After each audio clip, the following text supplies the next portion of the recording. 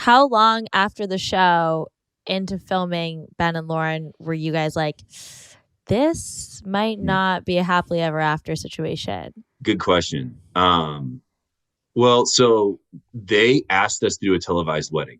This was on the show. So Chris Harrison flew out to Denver. We kind of did this this moment where he sat down and said, "Do you guys want to have your wedding televised on national television?" And obviously there's a good paycheck associated with that. So you're like, kind of, if we're going to get married. And we had already been struggling for about a month. So we were in couples counseling. We were really trying to make it work. But we were not doing it. I mean, we were button heads.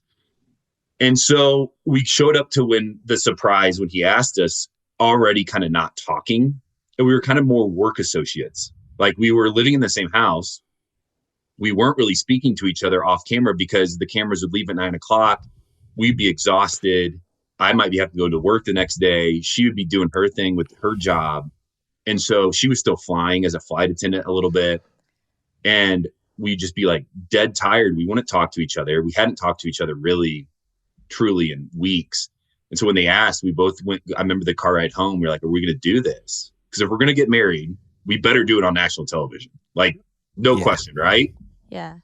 And we were both like, I don't think we're going to get married. And that's when, and that was kind of one of the final episodes. And so they were kind of done filming maybe a week later.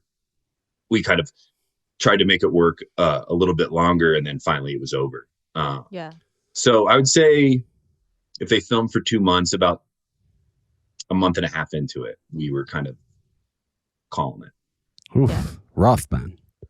It was a weird, crazy time in your life. Yeah. Like, it was a weird time. It was a weird time because here's how it happened. So as soon as the cameras dropped, the next day I flew to Chicago for a business meeting. I was sitting in a hotel in Chicago, and I remember talking to her on the phone, and we were kind of talking. We're like, this is done. Like, we know this is done. Like, that we're not going to make this work. It's not healthy on either of us. We should just try to move on. And I said, here's the deal. I'm gone for a week for work. When I come back, it'd be really great is if like you were gone, because I don't think I can see you in person. Like, it's going to hurt too much. Like, we both cared that much still. And she's like, I agree. So her mom flew out to Denver, kind of packed up her stuff. I went to New York City 4 days later on a more work trip. We hadn't talked in those 4 days. And I look across the street, and there she is on the street corner in New York City randomly with Amanda Stanton from my season. They were doing an event in New York. And you know what I did? What'd you Ran do? away? Bolted. Took off the opposite direction. Get out of there. Get out of there. Took off the opposite direction. You're like, hood up. Yeah, gone. Bye. She was literally across the street in New York. And then I got back to Denver, and her stuff was packed up. And she got so mad at me about this at the time. I think she could laugh about it today. But a lot of the stuff was hers. She had done this deal with like People magazine or something and got like all the furniture in our house. And it was really beautiful. And I showed up, and all the furniture is gone. And so I show up to this little house that's empty with no furniture. And I still had this lawn chair in the back. So I took my lawn chair and I sat in my living room. The TV was left. Turned on the TV, grabbed a bottle of bourbon, sat it on the floor next to me. I was like, this is actually a funny picture. Let me take a picture of this.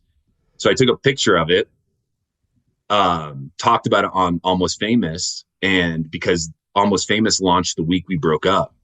So I had to talk about the breakup on Almost Famous.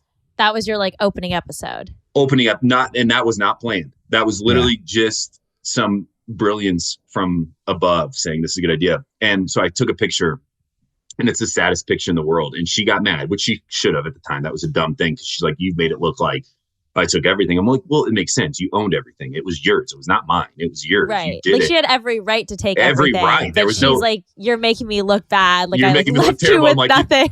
Honestly, it does make you look terrible. It makes you look so bad. And again, With no context, it does. Like, with context, it fully makes sense. But in context, it makes sense. I was like, I mostly did it because it's a great picture of my life. And so it's just like one chair and a bottle of bourbon and a pint of ice cream. Jesus. Like, the funny thing is, like, you were 26 in your house before you're going on The Bachelor, telling yourself you're going to be single forever.